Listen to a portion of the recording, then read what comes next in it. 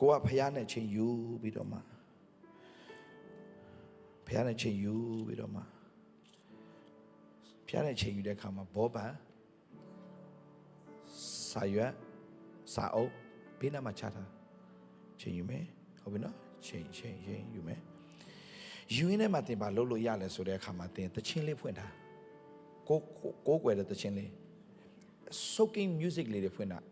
SOAKING soaking music ဖယားကိုကွယ်ရင်ဟိုစားဟိုဒုံတိုင်းနေမလုပ်တော့နဲ့ဒုံတိုင်းနေမလုပ်တော့နဲ့နော်ဒုံတိုင်းမလို့ကိုကွယ်တဲ့ music လေးတားလေးဟုတ်ပြီစမိုင်းအဲ့ဒါလုံးဝ soaking နဲလေးတန်လေးချက်လိုက်နဲလေးဆက်တီးလိုက်ဒီတန်တော်ပြီဆက်တီးမသားတချင်းလေးတစ်ပုတ်လောက်တီးပါအောင်သား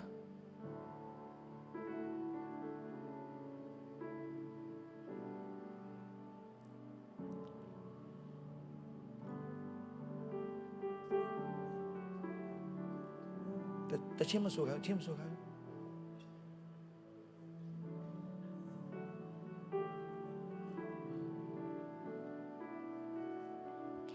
ကောင်းမြတ်ခြင်းနဲ့စစဉ်းစားမယ်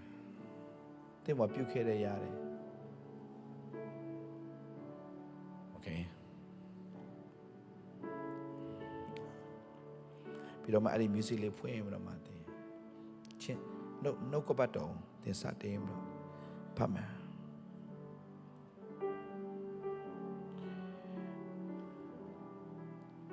ဒီနှုတ်ကပတ်တော်ထဲမှာကိုထဲပြီးတော့ဘုရားဖော်ပြခြင်းလာပြီးရေးချမှာအရာစိတ်ထဲမှာအရာဆူတောင်းခြင်းနဲ့စိတ်တွေ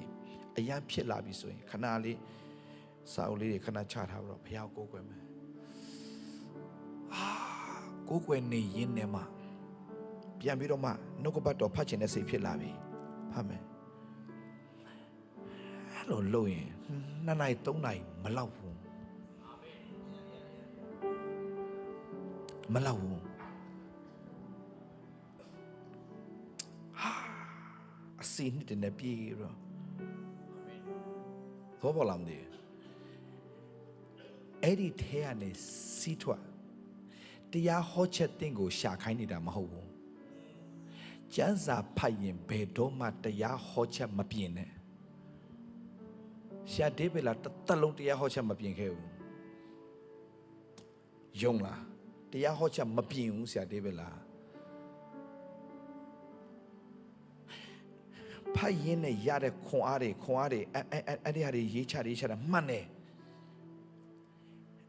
စင်ပေါ်ရောက်ရင်